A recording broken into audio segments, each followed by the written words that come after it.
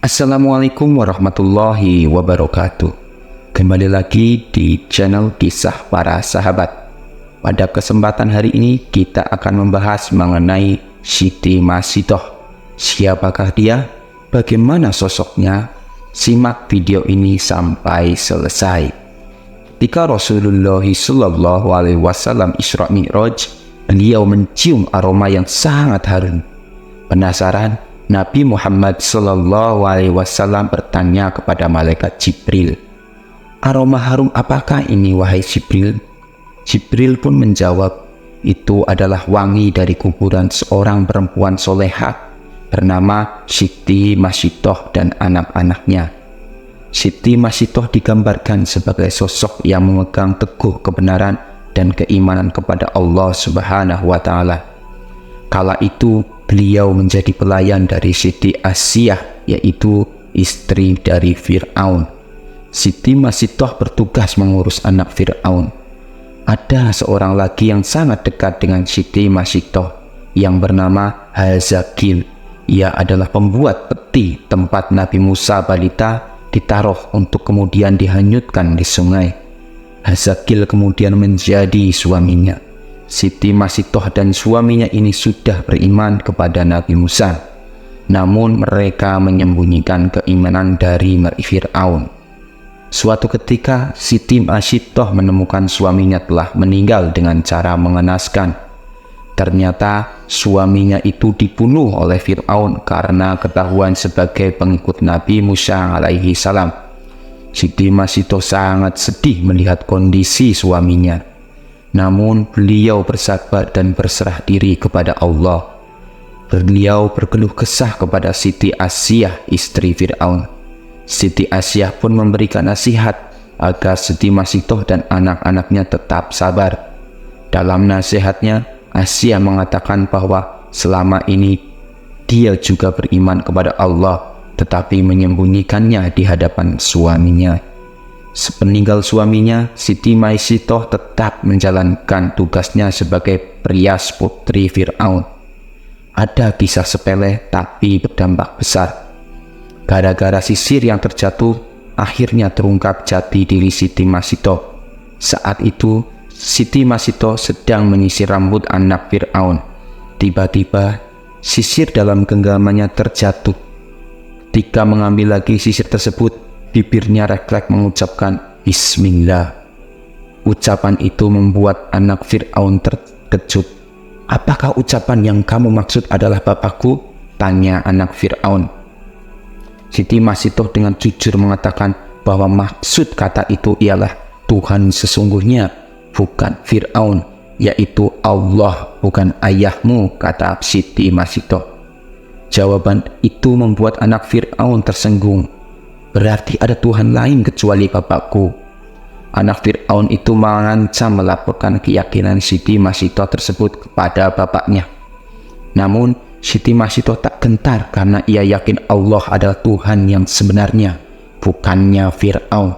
Laporan anaknya membuat Fir'aun murka. Ia tidak menyangka pengasuh anaknya adalah pengikut Nabi Musa. Siti Masitoh dipanggil lalu ditanya oleh Fir'aun, "Apakah benar apa yang disampaikan anakku? Siapakah Tuhan yang engkau sembah selama ini?" Siti Masitoh tidak mengelak tuduhan itu. Dengan tegas ia mengatakan, "Betul bahwa tiada Tuhan selain Allah yang sesungguhnya menguasai alam dan isinya." Jawaban itu membuat Fir'aun semakin marah. Dia memerintahkan para pengawal menyiapkan minyak mendidih di dalam tembaga besar. Wadah panas itu menggodok Siti Masitoh beserta anak-anaknya. Pemandangan itu disaksikan masyarakat luas. Sebelum dimasukkan ke minyak panas, Siti Masitoh diberi kesempatan sekali lagi untuk memilih. Dia dan dua anaknya selamat jika mengakui Fir'aun sebagai Tuhannya. Sebaliknya, nyawanya terancam jika tidak mau mengakui ketuhanan Fir'aun. Sebagai perempuan yang beriman dan meyakini Allah Subhanahu wa Ta'ala, Siti Masitoh tidak gentar terhadap ancaman Fir'aun. Beliau tetap yakin Tuhan yang sesungguhnya hanyalah Allah. Pendirian Siti Masito semakin mempermalukan Fir'aun. Raja kejam itu memerintahkan pengawalnya melemparkan anak Siti Masito satu persatu di hadapan ibunya, hingga yang terakhir, yaitu bayi yang sedang menyusui dalam pelukan Siti Masito. Ibu mana yang tega menyaksikan satu persatu anaknya tergerus minyak panas. Ketika giliran bayi terakhir yang akan dimasukkan ke dalam tembaga panas, Siti Masito sempat ragu. Namun kekuasaan Allah menciptakan bayi itu tiba-tiba bisa bicara. Jangan takut dan sangsi wahai ibuku, karena kematian kita akan mendapatkan ganjaran dari Allah dan pintu surga akan terbuka menanti kedatangan kita. Dalam riwayat lain, bayi Siti Masito meyakinkan ibunya, sabarlah wahai ibuku, sesungguhnya kita dalam pihak yang benar. Wahai ibu, masuklah ke dalam, karena sesungguhnya siksa dunia lebih ringan daripada siksa akhirat. Hadis riwayat Imam Ahmad. Kekuatan anaknya membuat keraguan Siti Masito hilang.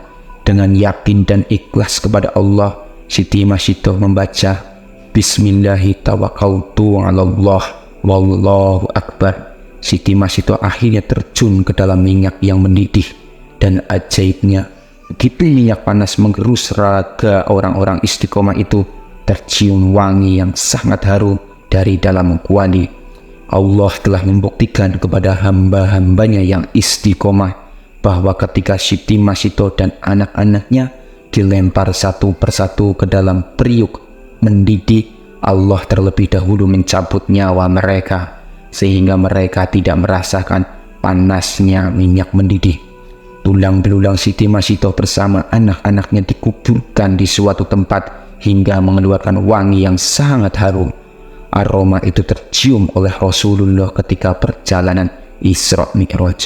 Itulah kuburan Siti Masito bersama anak-anaknya, kata malaikat Jibril alaihi salam. Demikianlah mengenai kisah seorang perempuan salihah bernama Siti Masito yang tetap teguh memegang keimanan walaupun di hadapan pada bahaya yang merenggut nyawanya dan keluarganya. Allah Subhanahu wa Ta'ala pun memuliakannya.